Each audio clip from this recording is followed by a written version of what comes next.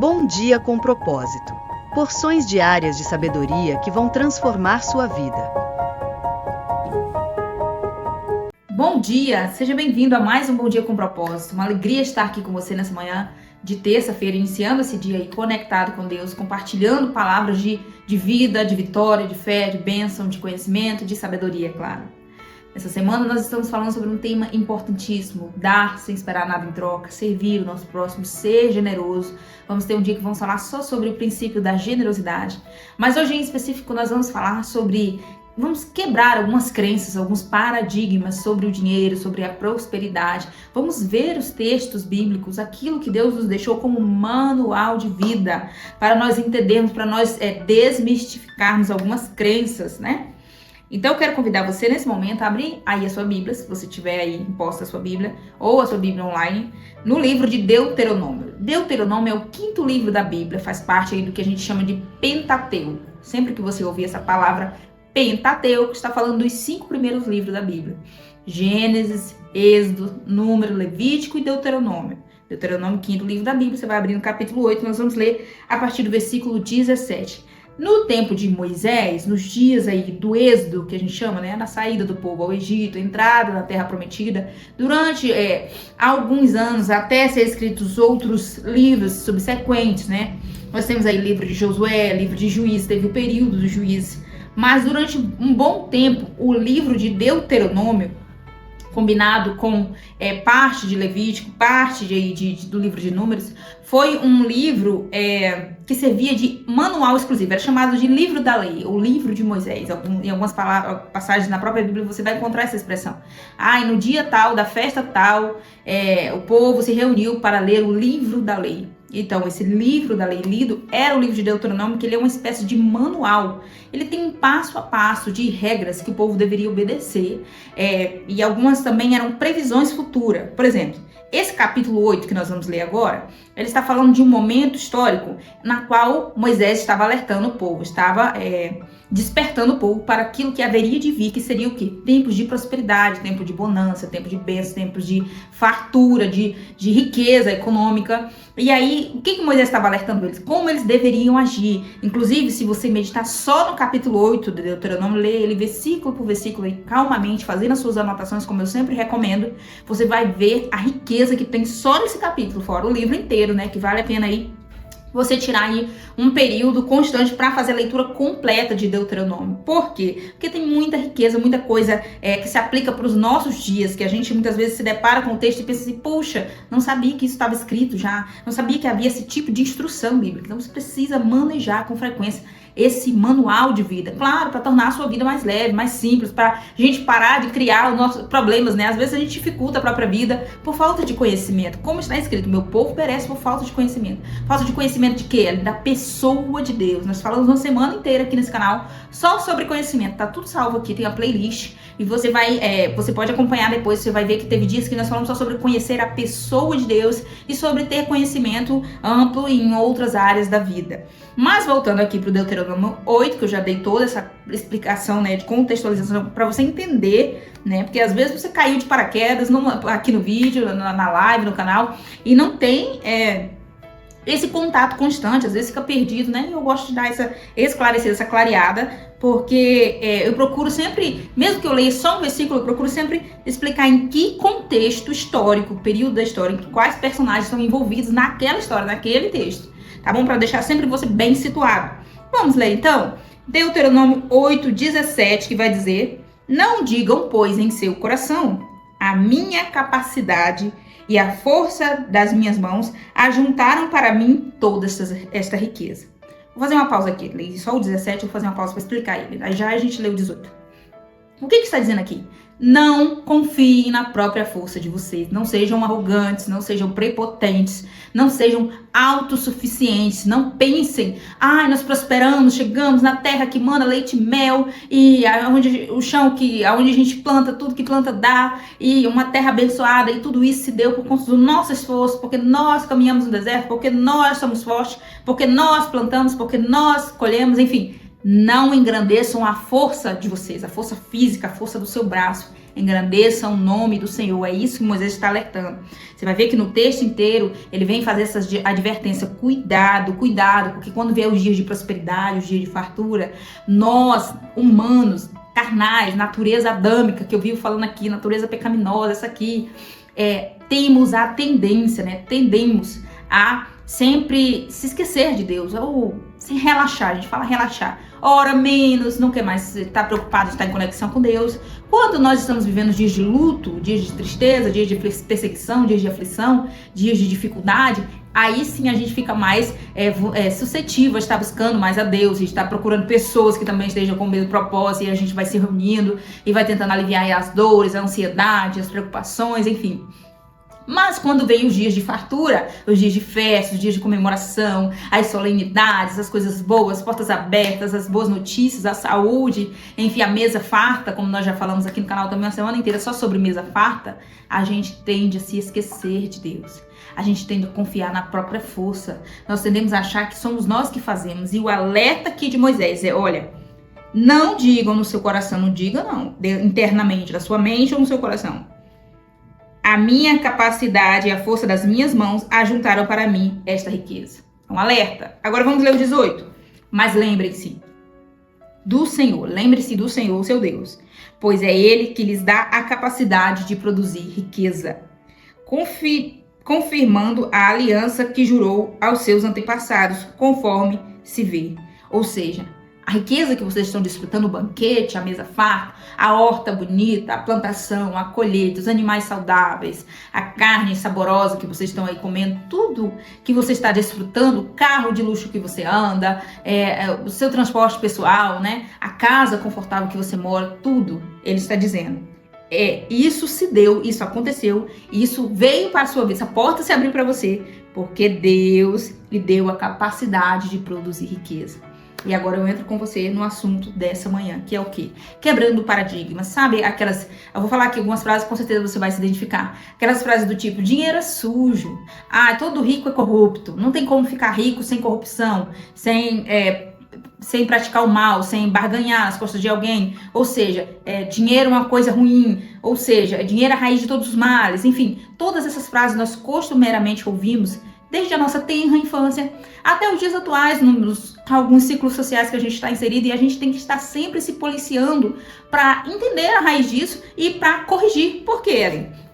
Porque, por exemplo, quando eu digo dinheiro é sujo, o meu inconsciente fica guardada aquela informação de que se eu tenho muito dinheiro, então eu sou uma pessoa suja. Se eu estou com dinheiro, se eu estou com fartura de dinheiro, então eu sou uma pessoa que eu sou indigna para aquilo, não sou merecedora daquilo. Você consegue entender que vem essas crenças, que a gente chama de crenças limitantes, porque foi semeado em nós que prosperar é uma coisa ruim, que ser rico é ser mau, é ser corrupto, é ser perverso, é ter coração duro. E não é isso que a Bíblia vem nos dizer. Nós vemos aí, nós poderíamos ficar aqui nesse programa horas e horas só mostrando, só contando aquilo que já está escrito. Histórias sobre prosperidade em meio ao povo de Deus. Pense comigo, se Deus ele quisesse que a gente ficasse pobre, ficasse sempre na miséria, ou ficasse sempre contando as moedinhas para comprar o pão, contando as moedinhas para pagar o ônibus, a passagem do ônibus, enfim.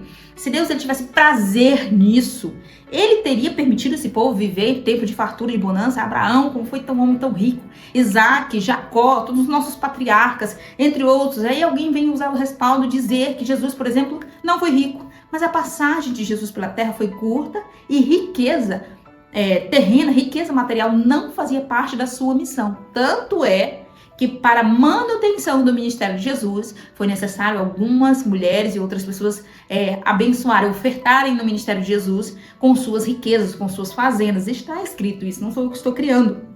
E o que eu quero dizer com isso, e por que nós estamos falando sobre dinheiro nessa manhã?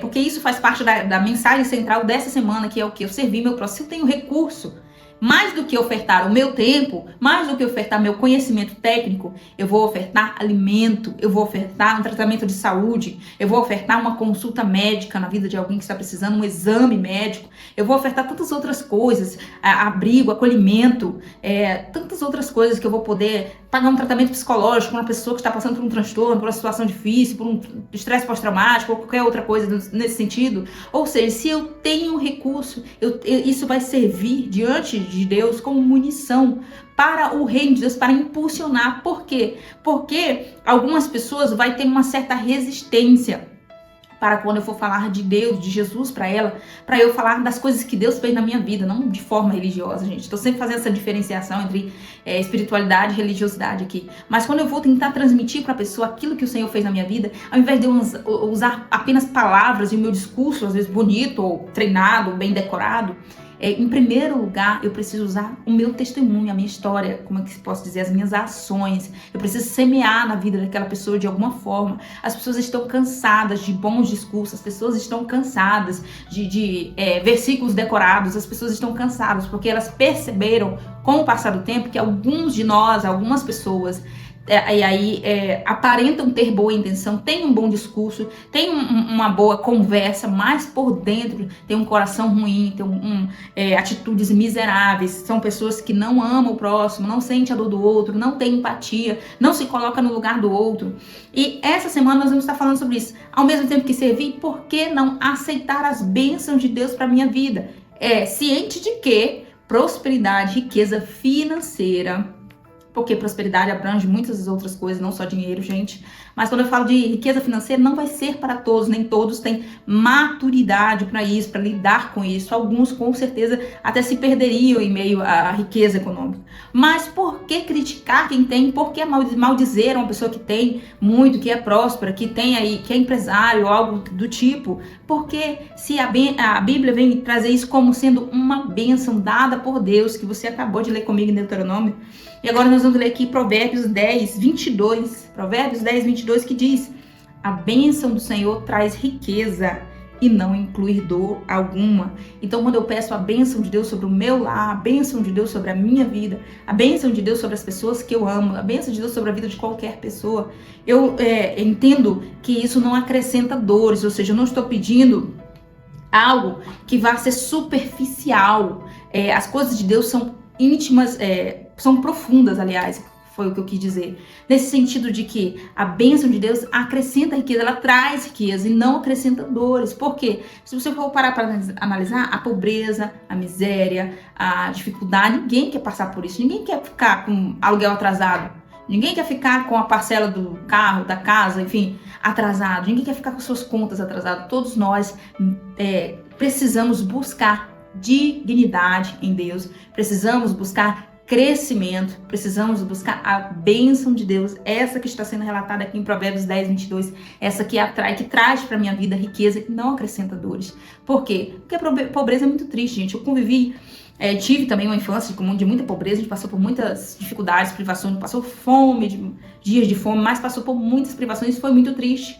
E um dado momento da minha vida, eu comecei a viver a mudança de mentalidade, exigir de mim mesma, eu não quero viver nessa mesmice, eu quero romper esse ciclo da miséria, da dificuldade, eu quero viver agora um ciclo de abundância, de bênção, e comecei a me comportar como se eu já tivesse. E aí que está o segredo, porque eu atraio para minha vida aquilo que eu chamo a existência através das minhas palavras e através das minhas ações. Quer ver? Eu vou ler mais um texto com você ainda aqui em Provérbios, na mesma página, Provérbios 11. Vamos ler Provérbios 11, 24, que diz: há quem dê generosamente e vê aumentar suas riquezas. Outros retêm o que deveriam dar e caem na pobreza. Versículo 25. O generoso prosperará. Quem dá alívio aos outros, alívio receberá. Nós vamos ler ainda essa semana falando ainda nesse sentido, só que em outros temas, textos no Novo Testamento, onde vai falar de algumas pessoas da igreja primitiva. Quando eu falo igreja primitiva, são uma igreja pós-ressurreição de Jesus, ali nos dias de Paulo, de Pedro, igrejas ali da Macedônia, a igreja de Jesus Cristo em Roma, a igreja dos Coríntios, ali das cartas de Paulo. Nós vamos ler alguns textos onde está falando de um grupo, uma comunidade, né? A igreja cristã mesmo, igreja que Cristo estabeleceu, ali um momento de muita dificuldade financeira, algumas pessoas em extrema pobreza, lá está escrito, irmãos, em plena pobreza, mas ainda assim eram semeadores, semeavam na vida uns dos outros, compartilhando o pouco que tinham.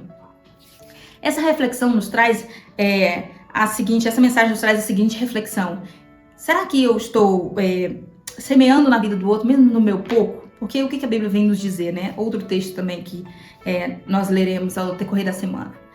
seja fiel no pouco, que no muito eu te colocarei. O que Deus está dizendo aqui é que o dinheiro, quando ele vem para minha vida, a bênção, a prosperidade, a riqueza financeira, ela só vai ampliar aquilo que eu já sou. O dinheiro não corrompe. Eu discordo dessa palavra, dessa frase. Se você concorda com ela, tudo bem, a nossa divergência aqui é respeitável.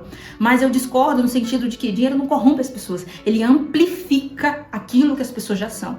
Dinheiro, poder, status, tudo isso faz com que as pessoas ampliem aquilo que elas já são. E é bíblico isso.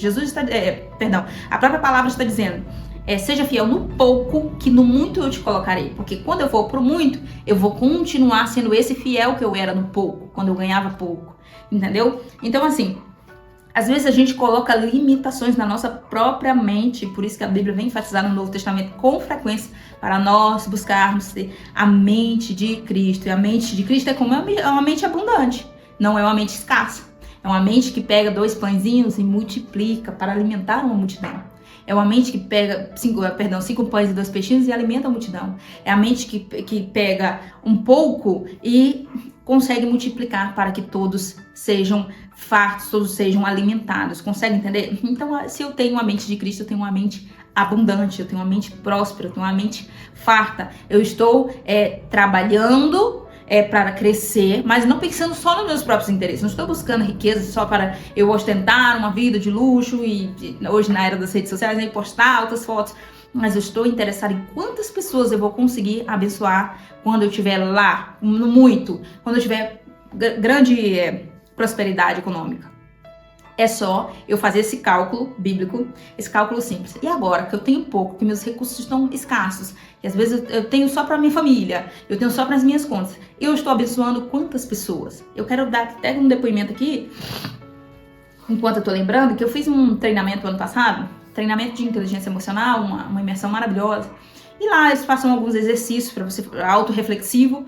E num desses exercícios você vai preenchendo um gráfico lá, você vai colocando notas sobre determinadas áreas da sua vida. E uma das perguntas lá do questionamento era sobre essa questão de generosidade. De quando, que nota você daria para você em relação aos últimos 30 dias, quantas pessoas você alimentou? Quantas pessoas você socorreu? Quantas pessoas você visitou? Quantas pessoas você agasalhou com frio? Quantos animais de rua você... Entendeu? Então era nesse sentido de generosidade. Então, e aí eu falei, nossa, eu sou uma pessoa generosa, isso aí não vai me pegar não, me considerando generosa. E aí a pessoa foi orientando como devia ser feita a atividade e ele parou e falou, mas nos últimos 30 dias, aí você precisava fazer essa comparação, o que você fez para você, o que você fez para o seu benefício próprio, para o seu crescimento, as horas de estudo, os cursos que você fez, o seu trabalho diário, que você trabalha todo dia para você se manter a sua casa, enfim. Aquilo que você fez para sua família, para seu casamento, enfim, tudo que você fez para você é como se você pegasse uma balança. Você coloca de um lado tudo que você fez para você e coloca tudo que você fez para o próximo. Talvez não vai dar igualdade, mas pensa qual é o índice de diferença. Será que eu tô fazendo 0,01% para o meu próximo e 100% para mim? 99,9% para mim? Então, precisava dessa reflexão. E a minha nota deu muito baixa na hora, principalmente quando eu fiz a comparação dos últimos 30 dias. E ali, quando você põe no papel o que você vê diante de você, de fato, que fruto você tá dando, eu senti vergonha. No final, eu senti vergonha. Eu tô aqui assumindo pra você. Eu fiz essa reflexão e eu falei, meu Deus, eu acho que eu tô vivendo no piloto automático, buscando meus próprios interesses, cuidando só da minha casa, só da minha família, só das minhas coisas. E quando eu dobro o joelho, é só pra orar por mim, pela minha casa. Enfim, eu estou vivendo só em função de mim mesmo, sendo uma egoísta. E eu preciso mudar, preciso melhorar. E ali, quando você toma reflexão, você traz à vista, né? Traz à luz, que nós chamamos, ali o seu defeito, o seu erro, você expõe, aí você consegue enxergar que a partir daquele momento é a hora de mudar, é a hora de viver o mundo. O que eu posso fazer para a partir de agora ser uma pessoa mais útil, ser uma pessoa mais, me voluntariar em algum trabalho, em alguma atividade, seja na comunidade religiosa que você faça parte, seja numa ONG, seja ajudando seu vizinho, enfim. O que eu posso fazer, que está ao meu alcance, que eu posso demonstrar para Deus de que eu estou sendo fiel no pouco. E que eu estou me preparando sim para quando Ele me colocar no muito. Porque eu só vou ampliar aquilo que eu já sou. Porque se eu estou sendo egoísta, avarento, se eu estou negando, às vezes uma coisa boba, uma pessoa que está me vendendo uma paçoca no sinal. E eu tô ali, às vezes, com aquela avareza de não querer contribuir, não querer ajudar. Esses pequenos detalhes São justamente os detalhes em que Deus vê. Vai ter um dia nessa semana que nós vamos falar sobre quando Deus testa o nosso coração, quando Deus está nos provando, Ele quer ver, ou seja, Ele quer nos mostrar, porque ver Ele já está vendo que Ele conhece a gente melhor do que nós mesmos. Mas Ele quer nos mostrar de fato, nos revelar aquilo que está no nosso coração, que às vezes tem uma venda nos nossos olhos, está impedindo de nós vermos. Entendeu? Então essa era a palavra dessa manhã para a sua vida, sobre dinheiro, sobre prosperidade. Podemos buscar, claro, devemos, de forma lícita, claro, e de forma que o nome do Senhor seja glorificado, que seja uma bênção para a nossa vida e para a vida das pessoas à nossa volta. Não para demonstrar que nós somos bonzinhos. Tem que tomar muito cuidado com essa diferenciação entre eu ajudar as pessoas e eu querer ser bonzinho. Ou seja, eu querer dar, mas esperando algo em troca, esperando um reconhecimento, esperando um elogio, esperando um presente, uma troca. Isso não é ser generoso, não é o servir que a Bíblia vem falar. Não é ser um imitador de Cristo, porque não foi isso que Jesus fez. Jesus não deu para nós algo esperando a nossa gratidão, que a humanidade toda se rendesse e somente Ele se doaria, somente Ele cumpriria a sua missão se toda a humanidade se rendesse e reconhecesse Ele como Messias. Ele já estava consciente, aliás, em vida, antes da morte e ressurreição, Ele já estava lidando com a ingratidão, Ele já estava lidando com a negação, Ele já estava lidando com todos os defeitos dos seres humanos. E ainda assim, Ele foi e se entregou com todo amor. Porque o amor de Deus é esse. É o dar sem esperar nada em troca. Entende? Então que você seja muito próspero. Que tudo aquilo que você tem sonhado, que você tem planejado, tudo aquilo que você tem colocado diante de Deus de todo o coração, e é o Senhor único que te sonda, que sabe quem é você internamente, que os seus sonhos possam se realizar, aqueles que estiverem alinhados com a vontade de Deus, que você possa ir além, que você prospere de uma forma tão sobrenatural, que você possa alcançar muitas vidas, que o seu coração permaneça humildemente blindado e bem intencionado para abençoar o máximo de pessoas possíveis. Eu quero orar pela sua vida nesse momento. Senhor Deus Todo-Poderoso que está no céu, em nome de Jesus, teu Filho. Nós entramos em oração nessa manhã para engrandecer o Senhor, para reconhecer o quão o Senhor é maravilhoso, misericordioso, o quanto a tua graça tem nos alcançado, ó Pai. Te damos louvor e honra, rendemos ao Senhor graças por estarmos aqui nessa manhã. Eu peço que o Senhor visite todos quantos nos ouvem, que o Senhor guarde cada uma dessas pessoas, aonde essa pessoa estiver, em qualquer horário que ela estiver me ouvindo, que a sua casa seja inundada pelas bênçãos do Senhor, que as portas se abram, que a prosperidade chegue, que o Senhor muda o quadro, muda a situação, essa pessoa que está desempregada, essa pessoa que está passando por problemas econômicos, as contas atrasadas, esse pai de família que está apavorado, desesperado, essa mãe de família que está preocupada, em nome de Jesus Cristo, Senhor, envia a provisão, socorre o teu povo e nos ajuda a ser fiéis no pouco, para que o Senhor nos coloque no muito. Pai, prospera em nossas vidas para que nós possamos alcançar o máximo de pessoas possíveis. Senhor, nos ajuda nesse momento ainda nossos poucos recursos. Nós fazemos o nosso melhor, fazemos além, não sermos comparados como o servo inútil da parábola que Jesus contou, mas nós fazemos muito mais daquilo que nos é pedido, nos é ordenado. Em nome de Jesus Cristo, eu te peço, Senhor, que nos dê um dia abençoado debaixo da tua graça, da tua bênção, dos teus livramentos.